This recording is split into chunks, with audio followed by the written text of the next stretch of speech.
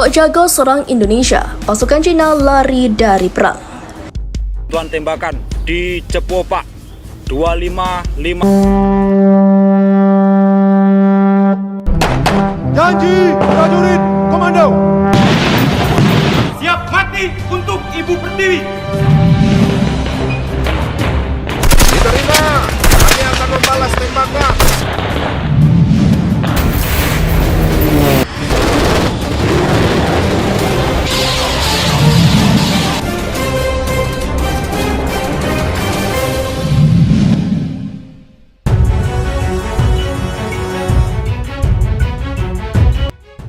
Pusat Komando Penyerangan mengatakan mereka telah berhasil memukul mundur armada Cina lebih dari 100 km dari Laut Cina Selatan, di mana kapal-kapal perang TNI telah melakukan blokade dari agresi Sok jago Cina yang berhasil menyerang balik setelah meledakkan kapal induk Cina di perang sengit tersebut. Sebagai hasil dari tindakan aktif kami yang bertujuan untuk mengalahkan pasukan angkatan laut musuh, kelompok kapal armada Laut Cina dan Sekutu didorong mundur dari perang di Laut Cina Selatan pada jarak lebih dari 100 km, kata Kementerian Pusat Komando Penyerangan.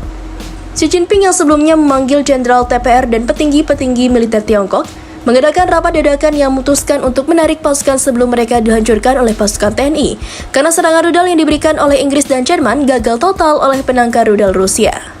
Kami memutuskan untuk menarik pasukan dan Presiden Xi Jinping sedang membujuk Amerika dan negara sekutu untuk menahan serangan balik Indonesia, ujar petinggi Cina.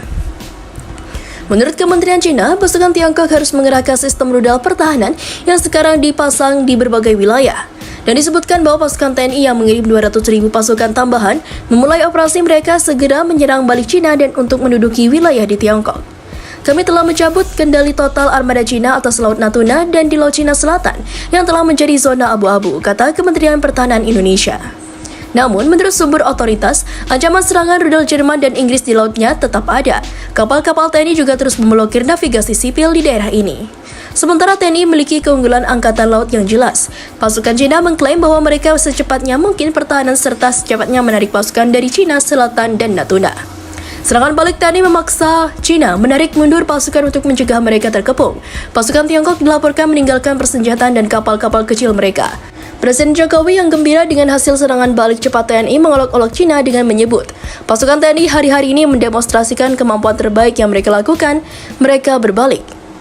Sebagai hasil serangan balik yang mengejutkan Cina dan sekutunya, Jenderal Yudo sendiri mengklaim pasukan TNI saat ini hanya berjarak 50 km dari perbatasan Cina untuk segera melancarkan pembalasan atas kesombongan Cina. Mundurnya pasukan Tiongkok dari Laut Cina Selatan menandai kesuksesan TNI sebagai pencapaian perang terbesar setelah memenangkan perang di Malaysia, karena Cina adalah negara terbesar di Asia yang memiliki jumlah warga yang sangat banyak. Serangan balik TNI sendiri mengejutkan Malaysia yang sebelumnya telah rata oleh Indonesia. Pasalnya, TNI telah memindahkan banyak pasukan ke front selatan. Tempat serangan balik utama TNI diduga akan diluncurkan ke Cina. Anwar Ibrahim yang dikabarkan berada di Beijing setelah dilarikan oleh Xi Jinping dari kesergapan Kopassus di Kuala Lumpur semakin ketakutan karena negara yang dikira mampu melindungi yang telah telak diduga akan diluncurkan ke Cina. Menanggapi kekalahannya, Kementerian Pertahanan Cina berkilah karena takut malu kepada dunia dan mengatakan bahwa mundurnya pasukan dari Laut Cina Selatan dimaksud untuk memperkuat serangan.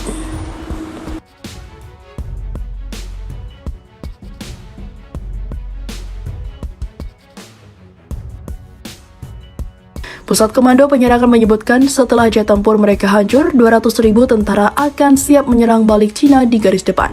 Pasukan elit Denjaka dan pasukan katak yang menyusup di garis depan juga telah dikabarkan berhasil menerobos dan menyerang kapal induk milik Cina dan Inggris. Informan kami melaporkan seperti yang telah diduga, serangan pasukan Denjaka berlangsung cepat dan mematikan.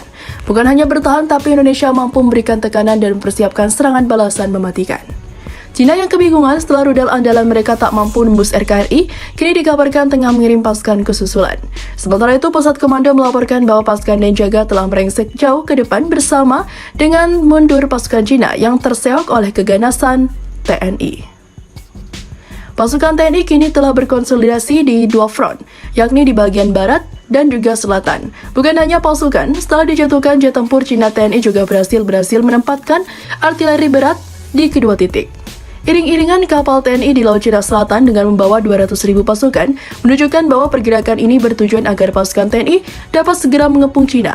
Pergerakan pasukan secara simultan dari sisi timur laut yang disertai dengan serangan artileri berat dan jet tempur udara nyaris tidak mungkin ditahan oleh China dalam waktu yang lama.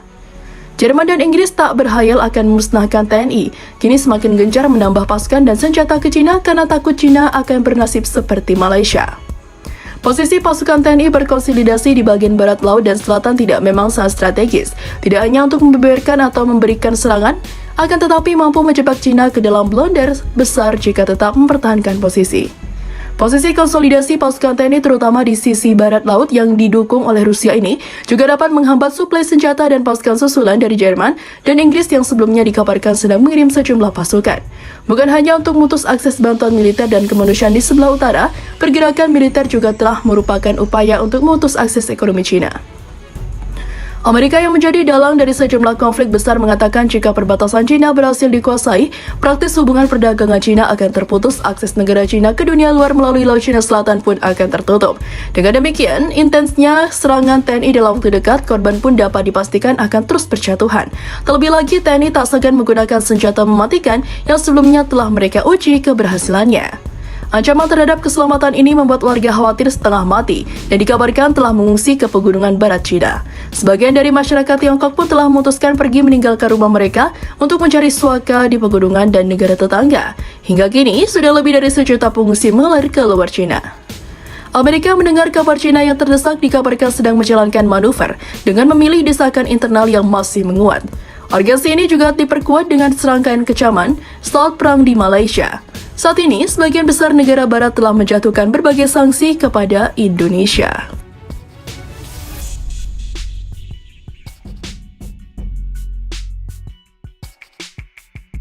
Tentunya kalau kita bicara negara yang perlu diwaspadai dan diperhatikan, tentunya daerah perbatasan. Kita ini kan memiliki 10 perbatasan laut dan 2 perbatasan darat.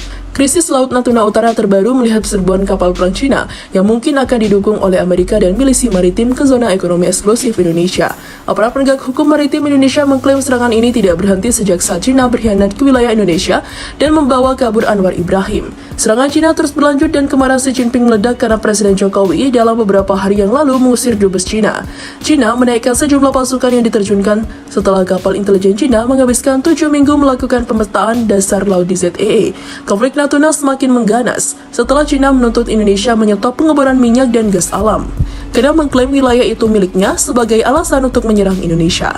Padahal, Indonesia dengan tegas sudah mengatakan, ujung selatan Laut Cina Selatan adalah zona ekonomi eksklusif milik RI di bawah Konvensi PBB tentang hukum laut pada 2017, menamai wilayah itu Laut Natuna Utara.